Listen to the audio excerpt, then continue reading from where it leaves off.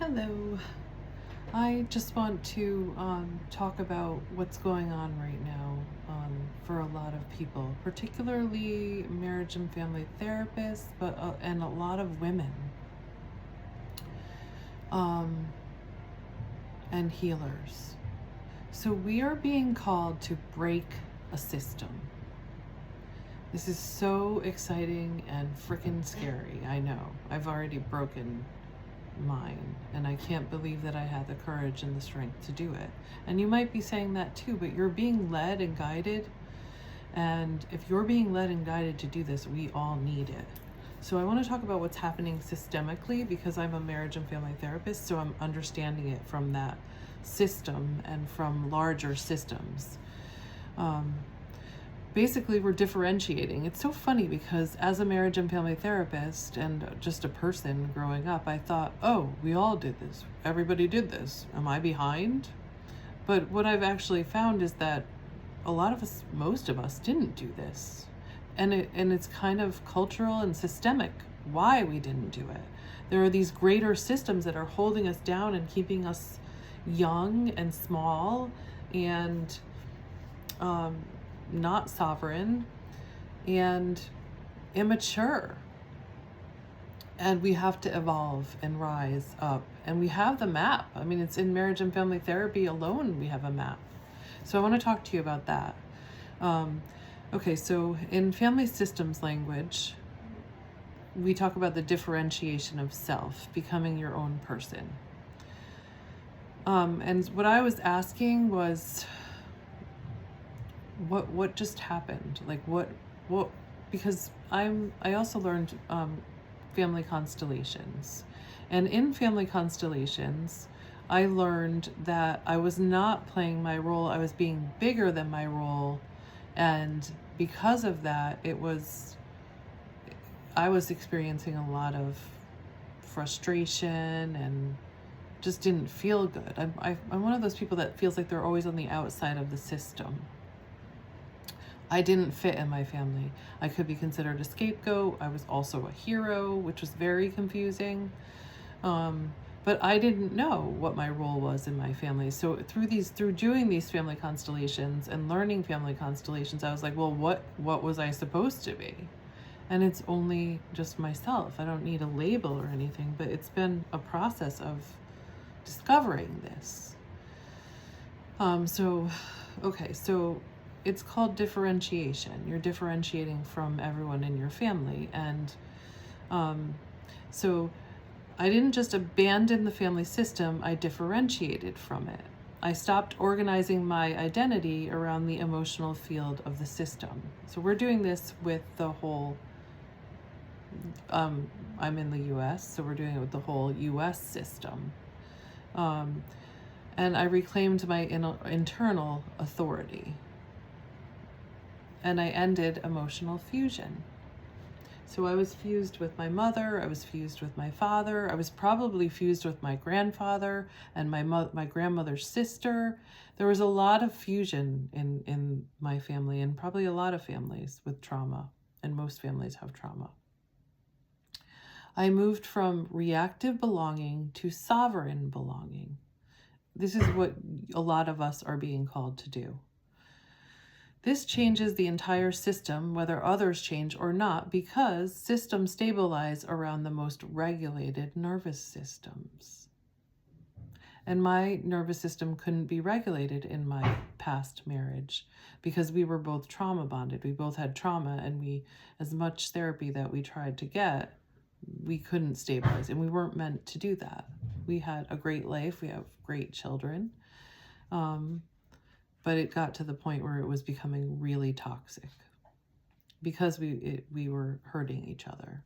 And the cool thing is that when we first got married, we said to each other, and we agreed, if we were hurting each other, we would let it go. Okay, so that's called second order change. I've talked about the drama triangle or the empowerment triangle, Karpman Emerald model. I didn't hear of the Emerald model, but that's interesting. I think that's the empowerment triangle. I've not seen that actually. I didn't leave the triangle, I collapsed it. The drama triangle roles are victim, rescuer, and persecutor, and they rotate unconsciously to maintain the system stability. That's what we're seeing like all over the US and in many other systems too. They're very masculine models, and they have pushed the feminine down, and the feminine is rising up and finding balance, creating balance in the system. Really kind of collapsing the system so that we can create a more sovereign system.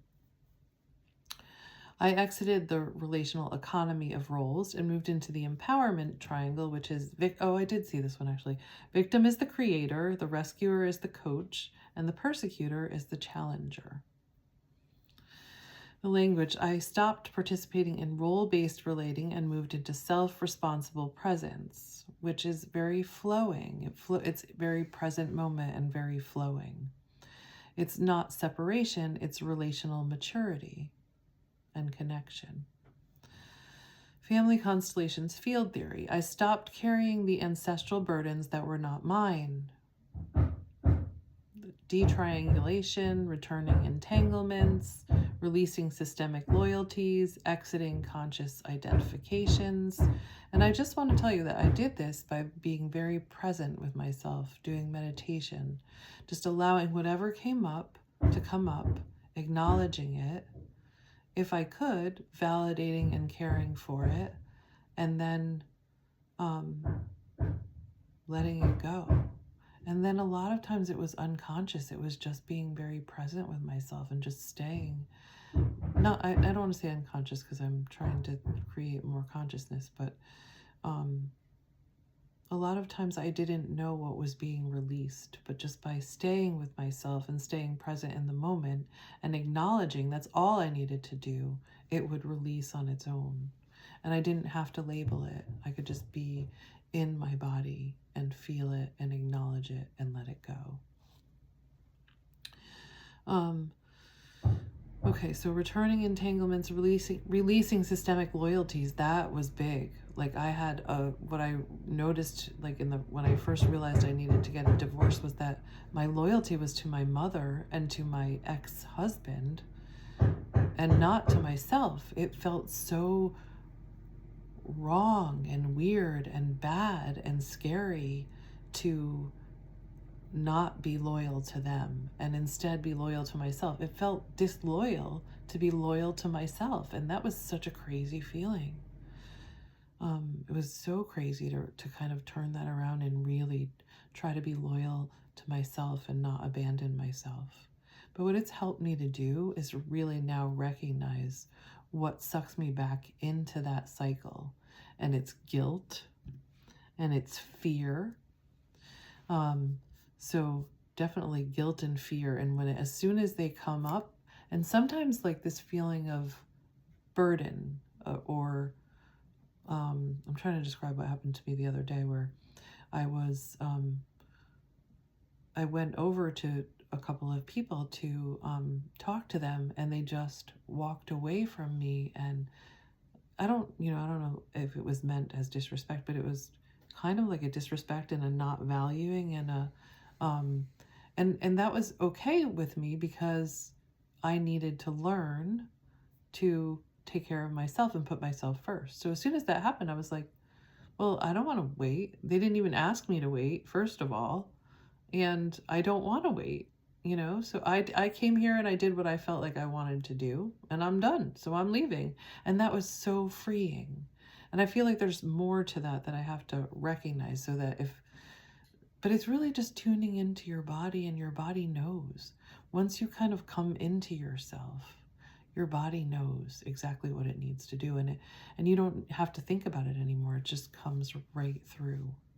That's what I'm moving into, my heart and my body and my intuition and my gut, and letting that lead now. Not that I don't use my head, but it's not what comes first anymore. I can trust myself. And that's a beautiful feeling, being able to trust yourself. Exiting unconscious identifications. I stepped out of the morphic field of inherited trauma patterns. That's what we're breaking, these trauma patterns. When one person does it, it creates a new informational field for the whole system. This is why liberation often looks like betrayal to the old system. And it could feel very wrong to you in the beginning, but I don't know, I'm just singing that song. If loving you is wrong, I don't want to be right. So you can say that about yourself. If loving me is wrong, then I don't want to be right. And also the people that I choose to have in my life, you know, if loving them is wrong, I don't want to be right. I don't know, that song just came up. Internal family systems, which is one of the models that I use. I love this model for working with individuals in therapy. It's internally, I unblended from the protector roles and stopped letting exiled parts run relational choices. And I moved into self-leadership. It's integrating all of the different parts of yourself, the masculine, the feminine, the protectors and the exiles and the wounded parts. It's really listening to them, acknowledging them. And when you do that, they just kind of fall back and feel safe. And then you can be more in your body. Okay, and systemically, my internal system reorganized and my external relationships reorganized to match. This is a fractal, and inner system healing changes outer systems. That's exactly what we're trying to do. You can't change politics. You can't change leaders. You can't change any of that. What you can change is what's happening internally, and then that gets reflected externally. World meta theory, civilizational languages. This is where it gets bigger, it gets meta. I did a microcosmic version of a macro shift happening globally. The old world system was hierarchy, control, loyalty over truth, belonging over authenticity, survival-based attachment, role-based identity, and trauma-bonded cohesion. That's what we're moving out of. It's not working, clearly. And the new system that we're moving into, and this is so exciting, is sovereignty, co-creation, nervous system safety, truth-based belonging, conscious attachment, self-authority, and resonance-based community. This is so exciting. We're shifting from trauma-organized systems to coherence-organized systems, or from hierarchy-based survival to sovereign relational ecosystems, from identity through belonging to belonging through authenticity. And I just want to tell you how that's shown up in my relationship. I worked so hard to have a good relationship. It was so hard. And my nervous system was in fight or flight or freeze constantly. Like it just hyper vigilant to the point that I was having health issues. And then when I chose myself and I chose what mattered to me, I chose investing in myself. I chose investing in a fixer-upper house. I chose a German Shepherd who needed a rescue, who was 4 years old and needed a rescue. And I chose my boyfriend who I never really saw myself with. He's not like one of the intellectually people that I would normally be drawn to, but he's really smart. He's a contractor, and he's smart in a way that he's smart in a lot of different ways, but in ways that I'm not smart. So we complement each other a lot. But the main thing is that through his consistency, I was able to calm my nervous system and heal. And so now we're moving into this higher resonance, this joy, we've been in peace for a while, but now we're moving up into joy and passion and living our passion and creating this new system that other people can move into. And I think a lot of people call it the new earth, and that was what was coming to me, the new earth. Okay, systems evolution language. In complexity theory, I moved the system from rigid order to chaotic disruption to higher order coherence. And a lot of us are being called to do this, but it means leaving people behind, leaving people that you thought you should be loyal to behind. But we really need this. The whole world needs this. So take courage, follow your spirit. You're being supported and guided. Listen to it. It's so amazing and almost magical when you do this. It's also known as adaptive reorganization, phase transition, emergence, complexity leap. I've never heard these, but I didn't destroy the system. I forced it into evolutionary pressure, which a lot of us are doing. I'm not the only one. I'm just describing it in a way that I can because I'm a marriage and family therapist who understands systems. What looks like separation is actually systemic healing. When one person exits the trauma-based roles, they don't break the system. They interrupt the trauma economy that was holding it together. This creates instability, but instability is the doorway to reorganization. I didn't leave my family, I left the pattern. When one person leaves the pattern, the entire field is forced to evolve. At one point, I thought I was going to have to die in order for people to appreciate life and each other and love and being in the present moment. And luckily, I didn't have to do that. I just had to leave that system, leave that pattern behind. It's not rebellion, it's regulation. It's choosing yourself. It's not abandonment. It's not abandonment of other people. It's not abandoning yourself. You're choosing to not abandon yourself, and it's differentiation. Where was I?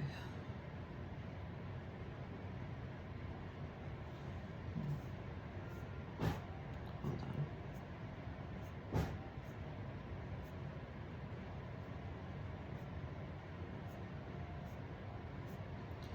I just wanted to get like a little way of organizing this.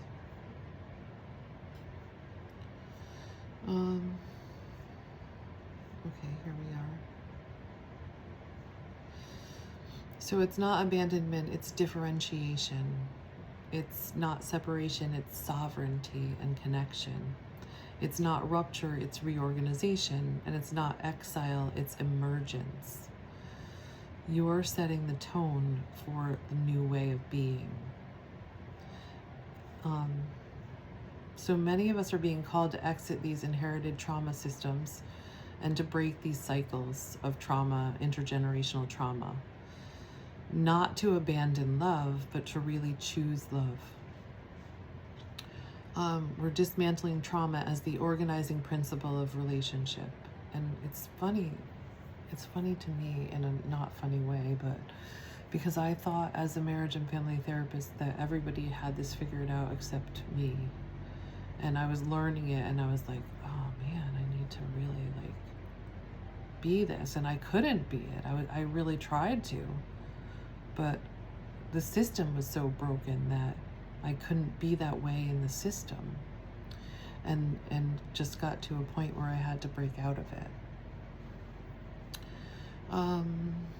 Okay, so in terms of internal family systems, let's see, there are no bad parts. So it's accepting all of yourself, and it's accepting your whole story and agreeing to your whole story. So that was messing me up for a while because I felt like I was bad for divorcing and hurting my children and hurting my partner. And I just got a lot of messages that was bad, that was wrong. How could you do that? What's wrong with you? Are you crazy? But what I'm seeing now is how healthy that was for the whole system and how everybody's nervous system is starting to reorganize and relax because I had the courage to do that. So if you're being called to do this, you have the courage to do it too, and you will receive the support. And we're now creating these maps. There's a lot of people that are doing this and creating like support systems for each other. There are no bad family members, only burdened roles. Even so, I struggle a lot with the label of the narcissist. I think I had a lot of those tendencies myself because my needs weren't met. And I think in the very beginning, I was pretty narcissistic, but love kind of kept drawing me forward, and my empathy kept drawing me forward. And, but I struggle with that label because it makes people bad. And there's no bad people, there's no bad parts. But you can't stay in that role. You can't stay in that place. And there are a lot of people that are working to break these narcissistic patterns and break people out of them. That's what I was trying to do in my marriage, but I couldn't do it from within that system. Okay.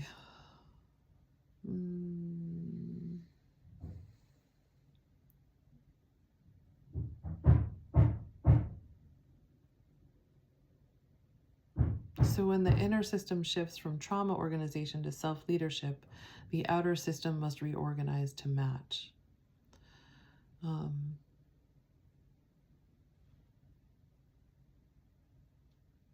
So exiles in the internal family systems model hold shame, grief, terror, unmet attachment needs.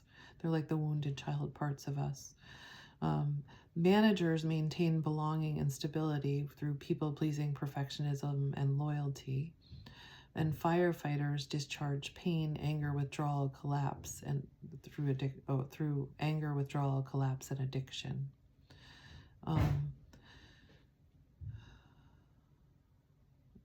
So internally, belonging was prioritized over authenticity, and the family system was stabilized through roles. So we're breaking out of that, we're evolving out of that, and we're moving into self, our higher self, that contains all of it, is like the mandala that contains all of it, the soul. Okay. So managers relax control, firefighters stand down, exiles are witnessed, validated, and reclaimed. And then self-energy increases: calmness, clarity, compassion, courage, confidence, connectedness, curiosity. No part had to fight to be seen anymore. And let's see, what else do we want to say? I think that's really it. But so that's basically what we're being called to do. Break out of this system and create this new system, which is already, in a sense, it's already there. It's just we're moving it into the whole, we're moving into it. We're moving into the self, which contains the spirit, which contains the feminine, which contains everything. And we're not limited by these roles and the trauma that kept us small. So if you're being called to let go of people, I know how hard that is, how heartbreaking that is, how much courage that takes. And I also know that we need you and that you're moving into a greater place. And what you're choosing is not selfish. It's for the greater good of all of us. There's support for you. And if you're being called to do this, this is making sense to you. And I want you to know you can do it. Just choose love over fear. And anything that tries to control you is going to look like guilt and fear. So be mindful of that and then choose love. Love of yourself, love of life, love of God, love of nature, love of your animals, love of any kind. Choose it. But choose love of yourself over all of that, because that is what's going to get you to the higher love.